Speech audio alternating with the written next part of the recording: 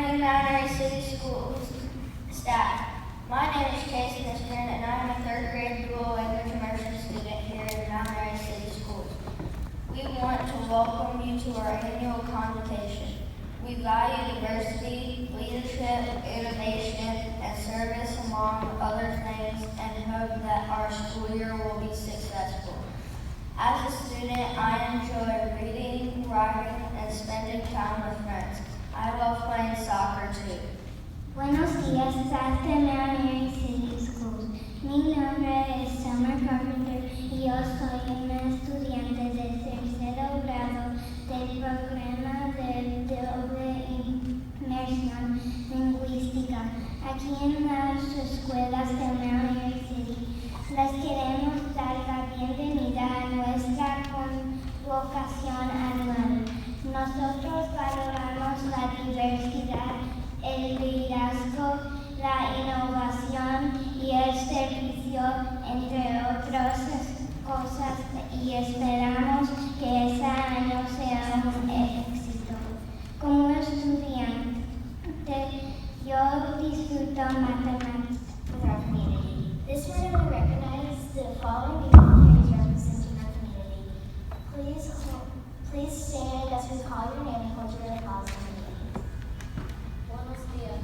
Buenos días. Mi nombre es Nathan Haynes y soy un estudiante de cuarto grado en el programa de inmersión en la escuela de James. Queremos celebrar un año escolar nuevo con nuestra comunidad. Esta mañana nos acompañan los siguientes dignatarios representando a nuestra comunidad. Por favor, manténgase de pie al escuchar su nombre y contener los aplausos hasta el final.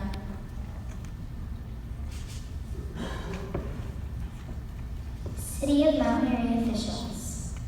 Mr. David Rowe, Mayor. Mr. Dale Watson, Chief of Police. City Commissioners. Mr. John Hawley, City Commissioner and Mayor. Surrey County officials. County Commissioners.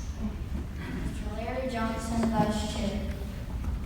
Mount Airy City School Board of Education. Mr. Tim Matthews, Chair. Mr. Ben Cook, Vice Chair. Ms. Wendy Carragher, Board Member. Mrs. Teresa Lila, Board Member. Mr. Kyle Leonard, Board Member. Mr. Mike Aaron, Board Member. And Mr. Phil Becker, Board Member. Estudiante de cuarto grado en el programa de inmersión en la escuela de Jones. A continuación, tengo el honor a presentar el Dr. Philip Brown, nuestro jefe académico y de recursos humanos. Good morning. As we all know, in 2020, we will be celebrating our 125th year in existence as Mount Airy City Schools. This is a huge milestone for our school system as well as our community. Over the last 125 years, countless number of students have walked through our doors, and as educators, we have had the opportunity to change their lives forever. Today, I stand in front of you as not only the Teacher of the Year, but also as one of those students whose lives has been changed because of my experience at Mount Airy City Schools. I'm a proud alumni of the class of 2006. I have memories from my time here as a student and also as an educator that have shaped who I am today. I would like for you all to take a few moments to think about the students that you have served any of your years of experience, whether you're a beginning teacher or a veteran teacher. Think about those students that have had a lasting impression on your life.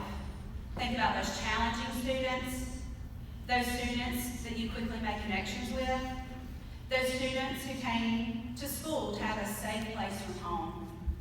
You have memories with your students because they impacted your life personally in some way.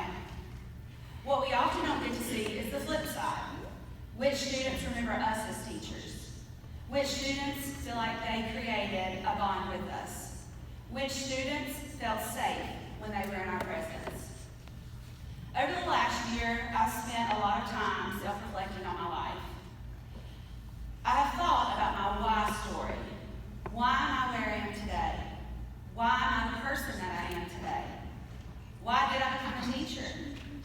While reflecting, I found that a lot of my reasonings had to do with the people that had influenced me in my life. Outside of my family memories, the memories and the people that came up the most were teachers that had left a lasting impression on me.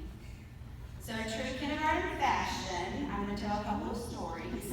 They'll be quick, about how my teachers here at Mount Airy City Schools have impacted my life. Some teachers that I will mention have moved on or are no longer with us. But I want you to see the flip side that I was talking about earlier from a student's point of view, and how as a teacher you have the impact to change someone's life every day. Now, if you knew me when I was a kid, I was not the easiest kid. I like to talk a lot, so that hasn't really changed. And when report cards came out, I didn't ever worry about grades, but I always wondered about that S and the N underneath excessive talking. It was not until I was in third grade when I had the privilege of having Miss Nancy Ayers. We have a lot of memories that go way back, but she taught me some valuable lessons looking back now that has helped me become the person that I am today. She taught me how to be a leader and not just bossy. She gave me responsibilities. She believed in me, which was a biggie because she wanted to see me succeed. She is one of the reasons that I am the teacher that I am today. She also impacted my life when I interned with her in high school. She trusted me to run small groups, whole group activities, and as a high schooler, that was a big thing, that someone would give me the honor to work with their students. Thank you for believing in me, Miss Ayers. My next memory was when I was in 5th grade. 5th grade's a year where you feel like you're the top dog, you own the school because you're older than everybody else, but 5th grade was a hard year for me. I remember going to school and almost dreading going to school every day because they were just some mean people. I still have memories of people calling me names, and a lot of times I brushed it off in front of people, but inside it was very hurtful. When it was time to go home, we would line up in the hallways and we'd wait for the buses. Now I have a little shoe obsession, and one of my shoe obsessions was with clogs. And there was also another teacher named Leanne Kirby, who also had an obsession with them. We would talk during dismissal, and she would always put a smile on my face, calling us twins or cracking a joke. Little did she know I waited for that moment every day, because sometimes that was the only time that I had smiled for that day. She made personal connections with me and really got to know me. She was kind and had the same energy at the end of the day as she had at the beginning of the day. Thank you for helping me smile, Miss Kirby. I don't know about you, but when I think about middle school, I think about acne, braces, and hormones. Or at least, those were my memories. I remember every morning waking up thinking, do I have to go to school? I loved school. But it wasn't until I entered 7th grade that my attitude changed. My homeroom and math teacher was Miss Marie Hooser. She always had a way of making every student feel like they were valuable. She treated every student the same, and was one of the best math teachers that I've ever had. At this point in time in my life, I knew I wanted to be a teacher. And one of the things I remember is how hardworking and how honest she was. I remember her taking time to answer any question that we had. She went above and beyond to make sure that all her students could succeed. Thank you for making me feel special, Ms. Hooser. When I went to high school, one of the classes that I looked forward to the most was internship. All I wanted to do was be in the classroom, where I could work with children and with other teachers. I had the privilege of not only taking an internship class, but I was also in early childhood education. Throughout the years that I was in that, I was able to do extra internships, and I had the privilege of working with Leanne Kirby, Beth Welch, Andrea Creech, and Marie Nyland. I remember watching them in awe of how they taught. I never thought I would teach kindergarten. ever. And I would watch them and I was like, how do they do it? They've got one kid over here that's tying a shoe, one kid that's blowing their nose, one kid that's wet their pants. You got everything that could happen, but they were able to multitask like no other person I've ever met. They knew exactly where each child was academically, and they also knew the kids on a personal level.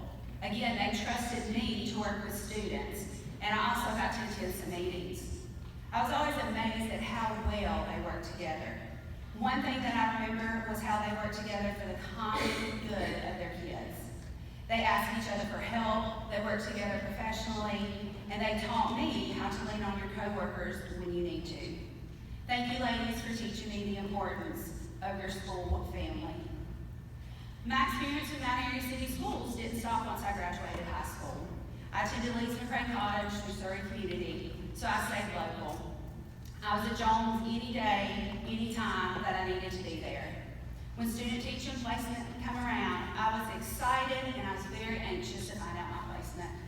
I remember I was in Winston celebrating my birthday when I got a call from Pam Mitchell.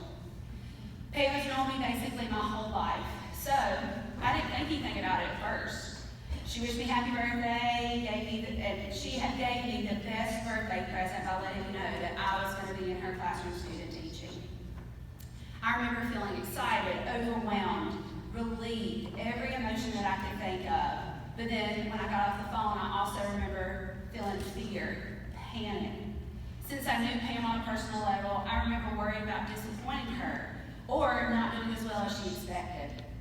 I quickly set myself a personal goal that I would give my all every day I walked into the school, and I would listen, ask questions, and try new things. What I quickly learned was Pam had confidence in me.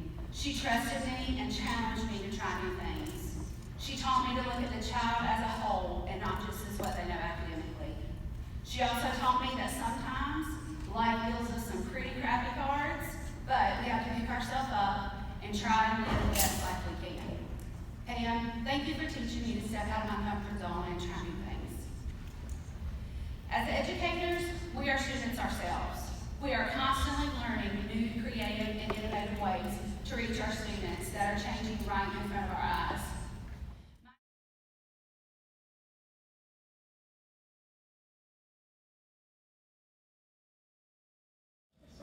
I am so thankful to be here today. I was actually getting chill bumps in the sitting right over there as everyone was talking about the changes that are going on at Mount Airy High School and Mount Airy City School System. So it is just so exciting to be here. To jump right in, I kind of want to take a walk down memory lane with you guys back to when I was in high school, and these different fields like entrepreneurship and whatnot were kind of new to us as a community and to a culture. So I was kind of a normal kid in high school, and nothing really ordinary. Out of the ordinary, I played sports. We went to prom, and actually, when I think back to high school, I think about what people enjoy doing and what people are passionate about. That's really what my focus in high school was, is to figure out what I was good at and what I enjoyed doing, and kind of the three things that I found were STEM, athletics, and actually teaching. So I knew athletics, I was never going to be a professional, so I just cut that right out. And I took teacher cadet, and do you guys still have teacher cadet here? That's amazing. That's amazing. So it's quite an honor to be here. I feel as though I was becoming part of this community just being here. So after high school, I decided to pursue STEM field at NC State. And I don't know if you guys remember, in 2012, there was a lot of news around, a lot of things going on in science. There were, artificial hearts being made on the news, and, people were growing like ears in petri dishes, and all this crazy stuff was happening, and we didn't know what it was. And I was really intrigued by it. And so I remember, going to NC State and saying, is there any way I can do something like grow an ear in a petri dish? And the closest thing that they said was this major called biomedical engineering. And it was kind of new. I honestly had no clue what it was. I just said, okay, sign me up. And I wound up getting into this really cool lab. This is Dr. Sawicki. This was my mentor there for 2 years. And we were doing really cool research with, artificial limbs and, understanding the kinetics of bodies. And this is a cute little dachshund over here. I think his name was ironically Toto, even though he's not a Yorkie. But I did some research with that and it was great. But I have to say, it wasn't everything that I thought it would be. When I was in high school and, envisioning myself in a lab growing artificial hearts and all this cool stuff, it just wasn't that. And so my freshman and sophomore year of college, I was in this lab doing research and I just didn't feel that passion that I felt back in high school when I was excited about doing these things. But what really got me through my freshman and sophomore year were these community service activities. And I was fortunate enough to get involved in a group at NC State where every semester we were doing community service out in Raleigh. And every summer we were going somewhere in Central America or somewhere within the United States and really focusing on a community, what their difficulties were, and planning a project and a solution around that. And I found myself staying up at night doing this instead of my research. And so I knew instantly there, this is not what I need to be doing with my life. But I said, I'm already in it 2 years, so I may as well finish it out. So this was the first real time in my life that I really re-questioned my decision of a STEM field. And so ironically, I go into my junior year, and I move into a new apartment complex on campus, and there's this party going on at the bottom floor, and it was a school party. It was a new innovation hall was founded by this guy in the right-hand corner. His name is Andy Albright. NC State got a lot of funding from this guy, and he was really into this thing called entrepreneurship. I had no clue what entrepreneurship was, believe it or not. I didn't even really know it was an option that I could go into this, that I could really start my own business. I thought that, I needed to be in a lab and growing ears and petri dishes. So I got involved in this garage and went downstairs, and there were 3D printers, and these were all new things. I had never seen these things before. And so 3D printers, got my hands on them. There were all these coding computers, and in the back of this area was this laser beam ball of fire shooting into a piece of wood, and I was instantly drawn to it. And I found myself my junior year, I wound up quitting my lab, and I wound up doing this stuff. I just started making anything and everything that people wanted. It started with my family, moved on to my friends, started going to Autumn Leaves Festival here and selling some of this random wood stuff that I was cooking up in this entrepreneurial lab. And I loved it. And that was the first time, again, that I felt that love and that passion for something. And I think back and I say, I don't know how I was doing it, how I was making it through these 2 years of college, like thinking I could go into this field and push myself into a different shaped mold than I was meant to be doing. So these are a lot of different things, and I was just making everything, no real focus. And then about halfway through my junior year, I started to really focus on creating a product line. I learned more about entrepreneurship. They said I needed to make a business plan, which was new to me. I needed to actually figure out what I wanted to be selling, how much, what does something cost me to make, how much time does it take me. These were all really new things for me, and I had some really great mentors that helped me through that. So this is me on the right with a Tuffy head that I thought was the coolest thing ever. And I got enough confidence to go to a pitch meeting and pitch to my first angel investor. And I was so excited. I was on cloud nine. And I walk in there, and after 15 minutes, the guy stops me and says, "What are you doing?" He said, "I thought this was a pitch for a new type of laser cutter. I looked at your resume, and you're an engineer. Why are you doing a craft field?" And the rest of the interview and the proposal went terrible. And he basically told me to go back to the drawing board. And I thought, I talked to my family, my friends, and they agreed with me. They thought that my passion was there, my skill was there, and so I changed my pitch around a little bit, worked on my business plan, and I said, okay, I'm going to get this next one. So I went to see 2 more angel investors, and they both had similar feedback. They said, you are crazy. They said, find a new passion, basically. You're never gonna accomplish this. And so that put me down a lot. And, so I started thinking again. I started, looking back at labs and kind of questioning myself and my passion. And ultimately, I just made the decision, okay, I'm going to continue with my field, but still do this as a hobby and see where it goes. So this is me in my little, 100-square-foot shop. I started renting space off campus and just went for it. And I went to flea markets, I went to festivals, I just started selling just stuff. Whatever I could, getting advice from people, what people wanted, and it was going really well. We were picking up momentum, and then all of a sudden, this little picture of the mascots from NC State, I don't even know where this was taken. I took a picture off someone's phone. It was from Snapchat, but you guys see the little new advertising. And it went viral at NC State. It was on all the sports pages and all the alumni pages, and our website blew up.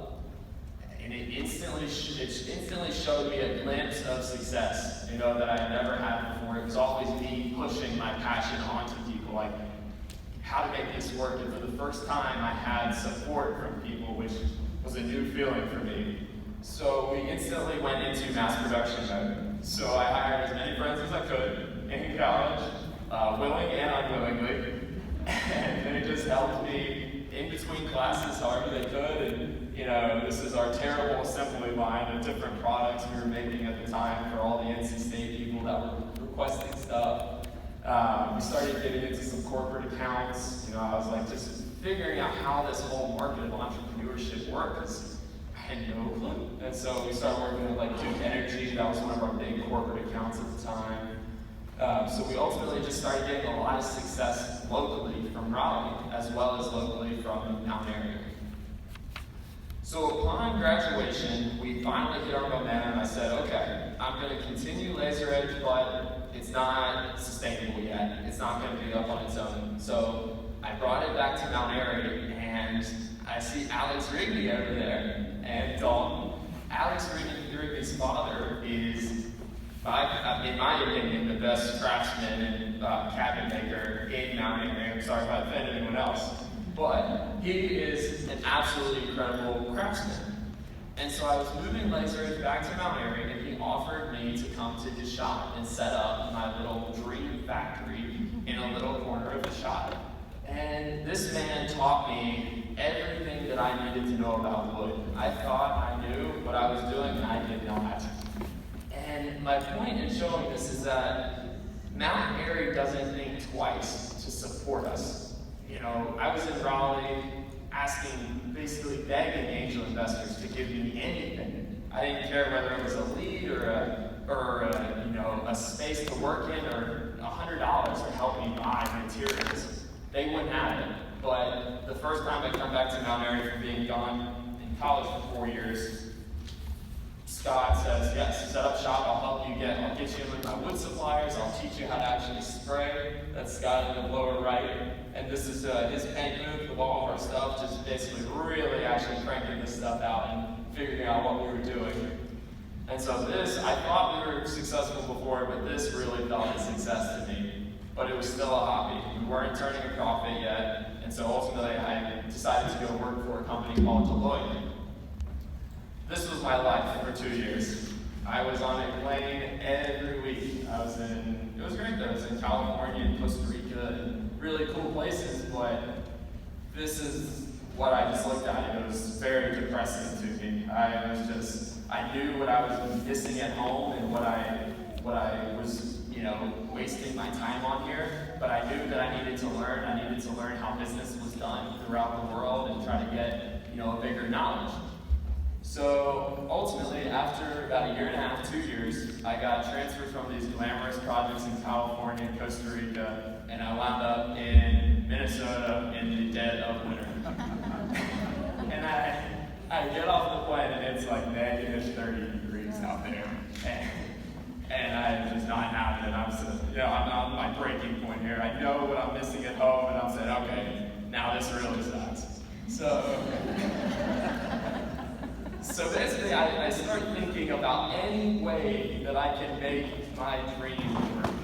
And it's currently just at home, basically sitting in my parents' garage. All my materials, and I think and I say, how the heck is business happening in this negative 30-degree city when in Mount Airy we have everything that we need and we have good weather? And we freak out when there's an inch of snow. So I said, why can't I do this? And so I brought out back all my business files and business plan, and I just started going at it on the plane, every plane ride I had, until I figured out something. So instead of going to investors, I said, okay, forget them. They don't care about passion. They just want to see, numbers. So I went to my buddy, who was also working with me at Deloitte, and he said, heck yeah, let's do it. Let's go on this journey together. So this is myself and Spencer, my business partner. This is us after quitting Deloitte, about a half smile, half happy, half freaking out about what we just did. But no, really, this was the happiest day of my life, I think. The happiest week of my life, but also the scariest. We took the jump. I was back in my parents' basement.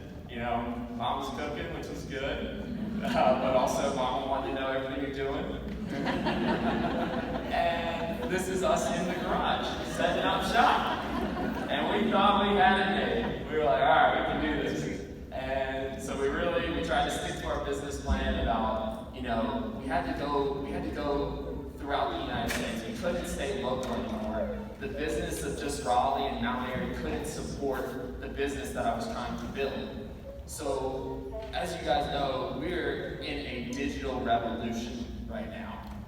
No longer industrial. It does not matter where things are anymore. It can be wherever you want, and you can sell to whoever you want. There are no limitations to what you want to do now. And so that's what we went for, and we put everything that we had saved up from working at Deloitte, and those plane rides, we saved up everything. We used our hotel points to travel, we used our plane ticket to eventually go to the largest convention show in the United States for college products in Las Vegas. So this was our little booth there, and we get there, and Nike is across from us, Adidas is over there, Under Armour's over there, Turvis is over there, Yeti is behind us. And we looked and we said, this is it, man. We're going down. The ship is sinking. But we thought we had a good product line. We did everything our business plan told us to do, and we thought we had made it, and it worked. The retailers, the licensing directors from all these schools saw our passion, saw what we were trying to do, and they believed in us. And they took the risk. And now, 2 years later, we now have a full product line with over 100 universities. We're in over 200 retail stores across 20, 25 states.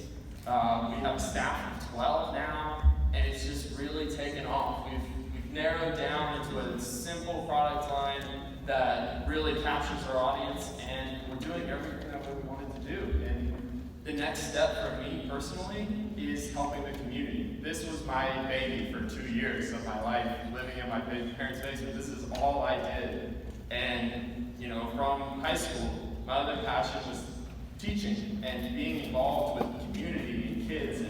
And now I want to help do that. And I know the community of Mount Airy wants to do it because they do it for me every day, and they've done it for me since I moved back here with my business. They have just continuously held me up by the britches and just carried me along for the ride and hope I figured it out someday.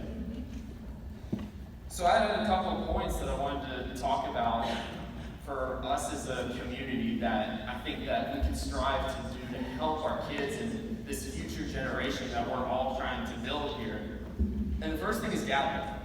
If it were not for this man in the right-hand corner and these spaces at NC State, I know where I'd be right now. I'd be on that plane again, being miserable, talking to other people, big, Fortune 500 companies about their issues that I really didn't care about, and just basically a pawn moving around. But because of this, I was able to gather with people in a common entrepreneurial space and use equipment that I know I can never afford. And, mentors that I know would probably wouldn't listen to me, just like those angel investors. And you just get people together in a common room. And when you get these people together, they start sharing. And a lot of people, like what they start sharing, I noticed is failure. People remember failure. They really do. And people like talking about it. Once you open up, it's kind of sometimes the funniest stories. When you talk to people, are the things that you really screwed up. And all of these are failures to me. But it's a step in the right direction. Failure is not failure. It's just one way of not doing something the right way. It just won't work. These products are not supported in the market.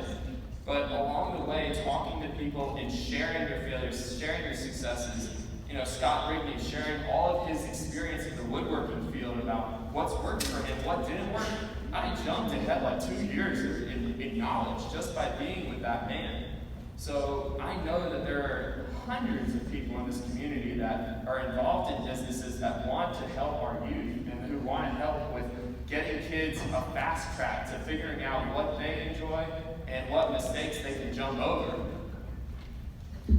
And the last thing that is a lot of times the hardest thing to do is to just do it. I'm not trying to quote Nike or anything, but you gotta make the jump. And I heard, Nicole in her speech was talking about, where are you, Nicole? Right there. You taking the jump that you just have to do it. You're scared. Everyone's gonna be scared. Fear is natural for humans, and we have to learn to embrace it. And I think the Mount Airy City School System does an amazing job with trying to coach students into accepting fear and going at fear head on. I thought a lot about this when I was trying to, move my business and where to move it. And Mount Airy was the only choice for me because everything we need is right here. And I'd actually say it's a better place to start a business than another location. We're never going to be the next Silicon Valley. It's not what we are. But we can be a great community of small business. And small business to me doesn't have to be just a business that's supported by us as a community. A small business can reach out now. We're in this digital revolution where we can let kids dream big. Every kid can dream big. Just because they don't want to go live in New York or somewhere else, they can still dream big anywhere they want to be. So we as a community, I think that we need to do just the best job that we can in pushing kids and pushing our next generation to do ultimately what they're passionate about. So, and I almost forgot, Jason Tate. I've talked about Scott Rainey the entire time. Jason Tate has helped me so much. I don't know if you guys know the administrative building. We're actually right across from there now. We're opening up shop. And Jason's helped us so much with scaling our business, new equipment. He's basically the man when it comes to this big, heavy machinery. So I want to thank everyone in this room because you guys are ultimately the ones that are helping shape this next generation of leaders that I know myself and so many other people in this community want to help. So thanks for having me here, and let's keep up the great work. My name is Marley Guzman. I'm in the second grade student in the embroidery program at Farrington. I am so excited to start a new school year and ready to learn more. I love my school because my teachers are very friendly, and I love being here with my teachers. Thank you so much for making Mount Airy City Schools a great place for learning.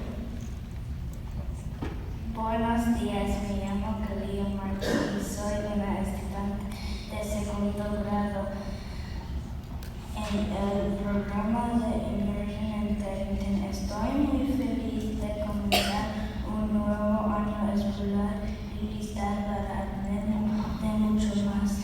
Me gusta mi escuela porque aprendo español y tengo muchos amigos. Gracias por hacer que las escuelas de Mount Airy sean